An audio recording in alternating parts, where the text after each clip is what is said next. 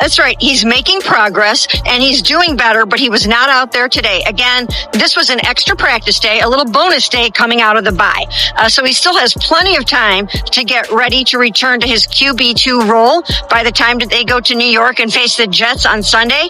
But they also don't have to rush it because they have Bailey Zappi ready to stand in there, and he actually has a lot more experience than Shedeur Sanders. So it probably wouldn't be the worst thing in the world if Bailey had to remain QB2 for another week. So we'll have to see how that goes, but it was an interesting development today.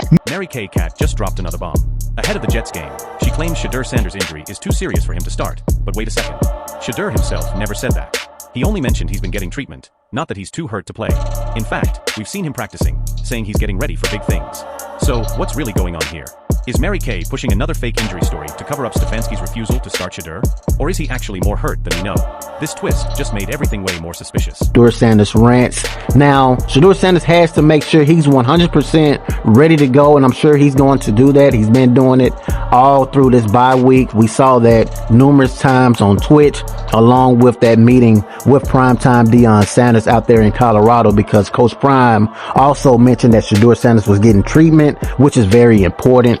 I'm still scratching my head a little bit considering Shedeur Sanders has a back injury, because he really haven't been getting any first team reps, any type of reps. I mean, he's been practicing on his own. So the fact that he has been dealing with an injury is a little bit questionable, but he did confirm those things not only during the bye week on Twitch, but also Coach Prime confirmed that as well when he spoke about him getting treatment at Colorado. And of course, Shedeur Sanders probably have something that's going on that's very minor, but he's seen enough with Kevin Stefanski's offense to the point where there's no need to rush out there and risk injury throwing 5-yard passes all game. So with this announcement, as far as offensive coordinator play calling change, maybe this will speed up the process when it comes to Shedeur Sanders getting himself ready to go. Not to say that it was going to change anything, because we already know Shedeur Sanders is going to make sure that he's ready to go.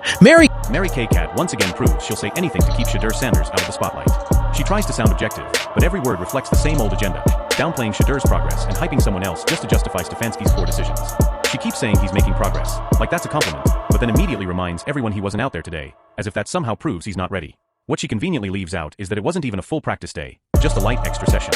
Shedeur's been working on his own, putting in real reps, but Mary Kay won't mention that because it doesn't fit her favorite story, that Shedeur is not ready, not experienced, not enough. It's the same predictable pattern every time she opens her mouth. Then she throws in that they don't have to rush it line, pretending to be reasonable while still pushing the subtle dig that Shedeur isn't reliable. And of course, she brings up Bailey Zapp like he's some proven star. Seriously, she acts like sitting behind Mac Jones in New England suddenly makes Zapp a veteran quarterback. The guy barely made an impact, but somehow Mary Kay talks about him like he's the safer option. Funny how she never uses the he has time logic for anyone else, only Shedeur. Why is it always him she talks about like he's not ready, like he's disposable? It's clear what she's doing. She's helping Stefanski shape the narrative. So when Shedeur sits again, it looks like caution instead of another poor coaching call. And honestly, this isn't reporting anymore, it's spin. And no one does it better than Mary Kay. She's not analyzing the situation. She's defending it. She's giving Stefanski the perfect out before kickoff, softening the story so fans don't question why Shedeur isn't starting again. She's trying to normalize it. But we've all seen Shedeur practicing, talking about being ready for big things. So what's this really about? Is Stefanski so threatened by Shedeur shining that he needs Mary Kay to keep planting these injury stories? Or is she just too comfortable protecting the coach instead of calling him out? Either way, it's getting pathetic at this point. The whole situation around Shedeur's injury has become way bigger than just a player getting treatment. From the start, the details have been blurry, almost too blurry, as if someone wants it that way.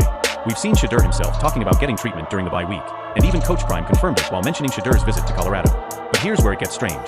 Shedeur hasn't been taking first-team reps. Instead, he's been practicing on his own, keeping his work quiet but consistent.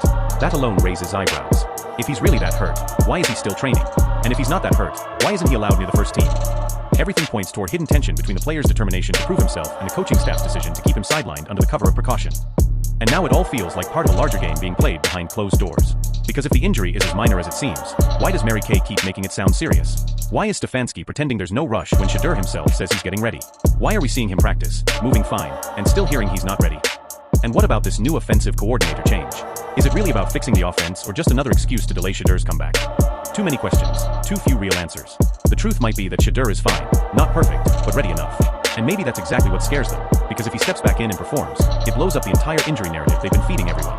Something about all this doesn't add up. The longer it goes on, the more it feels like this whole injury story isn't about pain, it's about politics. So I think basically how it went down exactly, where you and I looked at each other, Dan, and I was like, I don't see number 12 out there, and you kind of confirmed what I was seeing. But look, this is obviously something we saw it heading into the New England game. Shedeur Sanders, his name alone continues to move the needle, and it's going to be something that people are interested in a game where, quite honestly, two teams with losing records right now, there's not, I don't think, going to be nationally a ton of intrigue, but Shedeur Sanders. It's funny how even when Shedeur Sanders isn't on the field, all eyes are still on him.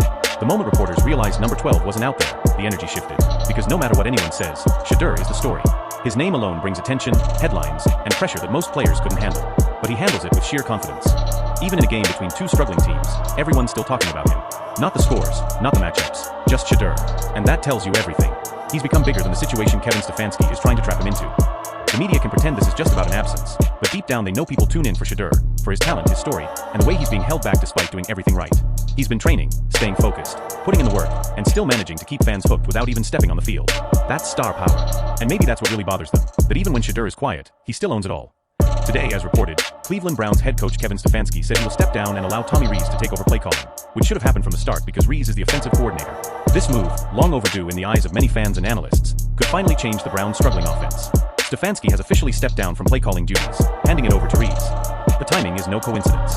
With growing pressure around the Shedeur situation and the team... Today, as reported, head coach for the Cleveland Browns, Kevin Stefanski, reported that he will step down and allow Tommy Rees to take over for the play calling, which should have been done because Tommy Rees is the offensive coordinator. The team's inconsistency. It feels like something big is about to happen. The real question now is this a fresh start for the Browns, or just a desperate attempt to fix what Stefanski's playbook already broke? For the second straight year, he stepped back, handing control to Rees. The timing is shocking, right after a bye week and right when the offense is falling apart. Stefanski said he is always looking at what we can do better, and that he has a ton of trust in Rees, calling it an exciting step forward. But if we're being honest, this sounds less like strategy and more like damage control. The Browns' offense has been stuck in the same cycle of confusion and failure. Stefanski's latest move feels like another attempt to cover up his mistakes. He's not leading the team. He's running from the mess he created. And honestly, this isn't leadership. It's panic disguised as humility. Stefanski has had years to fix this offense. Yet every time things fall apart, he hides behind the same excuse of change, passes responsibility to someone else, and calls it trust. If he really trusted Rees, why wait until mid-season to let him call plays? Why not do it before the team looked completely lost again? Stefanski only acts when he's cornered, when his so-called offensive genius stops working and people start asking questions. The truth is, he's run out of ideas, and the locker room probably knows it. Giving up play calling for the second straight year isn't growth. It's proof he hasn't learned a thing from the first time. How many chances does the organization need before realizing the problem isn't the playbook? It's the man who keeps rewriting it. The story isn't over, and with Shedeur Sanders at the center, every move the Browns make will be under the spotlight. Things are only getting more intense, and the next chapter could change everything. If you want the latest updates, hit like, share, and subscribe to the channel. Don't forget to turn on the notification bell so you never miss a moment. With Shedeur Sanders, the spotlight never fades.